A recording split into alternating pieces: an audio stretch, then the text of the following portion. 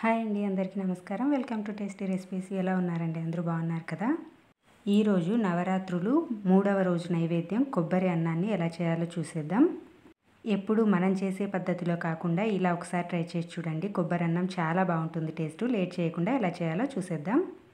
ఈ కొబ్బరి అన్నం చేయడం కోసం ముందైతే మనం 1 కప్పు పచ్చి కొబ్బరి ముక్కలు తీసుకొని మిక్సీ జార్లో వేసి తగినన్ని నీళ్లు పోసుకుంటూ మెత్తగా గ్రైండ్ చేసి కొబ్బరి పాలను తీసుకోవాలి. ఇలా చిక్కటి కొబ్బరి పాలను తీసుకున్న తర్వాత మిగిలిన కొబ్బరి పిప్పిని మనం ఫ్రిడ్జ్లో పెట్టుకొని కూరల్లో వేసుకోవచ్చు. ఇది ఇంకో పావు చిప్ప కొబ్బరిని నేను కోర్సుగా గ్రైండ్ చేసుకున్నాను. మీరు కావాలంటే తురుముకోవచ్చు, లేదంటే ఇలా మిక్సీ జార్లో వేసి కొంచెం కోర్సుగా గ్రైండ్ చేసుకోవచ్చు. కొబ్బరి పాలు, కొబ్బరి తురుము రెడీ చేసుకున్న తర్వాత కుక్కర్ తీసుకొని 1 కప్పు బియ్యం వేసుకొని వీటిని శుభ్రంగా కడిగేసుకోవాలి. బియ్యాన్ని 2 సార్లు కడిగిన తర్వాత అదే కప్పుతో 2 కప్పుల కొబ్బరి పాలు పోసుకోవాలి. మీరు కావాలంటే 1 కప్పు కొబ్బరి పాలు పోసి 1 కప్పు నీళ్లు కూడా వేసుకోవచ్చు. నేనైతే 2 కప్పులు కొబ్బరి పాలే పోసుకుంటున్నాను. ఇందులోనే కొంచెం ఉప్పు కూడా వేసి కుక్కర్కి మూత పెట్టి విజిల్ పెట్టేసేయాలి. ఇంకా నూనె, నెయ్యి ఏమీ వేయాల్సిన పని లేదు. మనకి కొబ్బరి పాలల్లో ఆయిల్ ఉంటుంది కాబట్టి అదే సరిపోతుంది. విజిల్ పెట్టేసి మీడియం మంట మీద 2 విజిల్స్ వచ్చేంత వరకు ఉడికించుకోవాలి అన్నాన్ని. 2 విజిల్స్ వచ్చి ఆవిరి మొత్తం పోయిన తర్వాత అన్నం కొంచెం చల్లారిన తర్వాత ఇలా కలిపి పెట్టేసుకోవాలి. చూడండి పొడి పొడిగా ఎంత బాగా వచ్చిందో అన్నం. ఇప్పుడు స్టవ్ పైన కడాయి పెట్టి ఒక 2 టీ స్పూన్లు నెయ్యి వేసుకోవాలి. మీరు నూనె అయినా వేసుకోవచ్చు. ఎక్కువ వేయకూడదు. 1-2 టీ స్పూన్లు అయితే చాలు, సరిపోతుంది.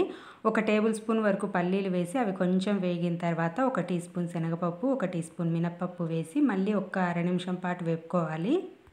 పప్పులు అర నిమిషం వేగిన తర్వాత 1/2 టీ స్పూన్ వరకు జీలకర్ర వేసి 2 ఎండుమిరపకాయలు, 3 పచ్చిమిర్చిని పొడవుగా కట్ చేసి వేసుకున్నాను. ఇవి 1 నిమిషం వేగిన తర్వాత ఒక అర టీ స్పూన్ వరకు సన్నగా తరిగి పెట్టుకున్న అల్లం ముక్కలు, 1/4 టీ స్పూన్ వరకు మిరియాలు వేసుకోవాలి. మిరియాలు ఆప్షనల్ అండి, నచ్చితే వేసుకోవచ్చు, లేదంటే స్కిప్ చేయొచ్చు. ఇక్కడే మీరు కావాలంటే జీడిపప్పులు కూడా వేసుకోవచ్చు.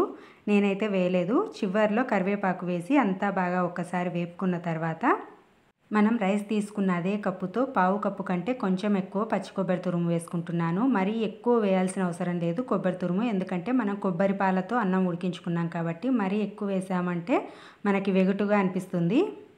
పావు కప్పు నుంచి అరకప్పు వరకు వేసుకుంటే చాలు, సరిపోతుంది. కొబ్బరి తురుము వేశాక మనకి ఈ మాత్రం వేగితే చాలు, సరిపోతుంది. ఎర్రగా మారడం స్టార్ట్ అయితే చాలు. మరీ బ్రౌన్ కలర్లో రాకుండా కొంచెం కొబ్బరి అనేది ఎర్రగా మారడం స్టార్ట్ అయిన తర్వాత ముందుగా ఉడికించి పెట్టుకున్న అన్నం, సన్నగా తరిగి పెట్టుకున్న కొత్తిమీర వేసి అంతా బాగా కలిపేసుకోవాలి.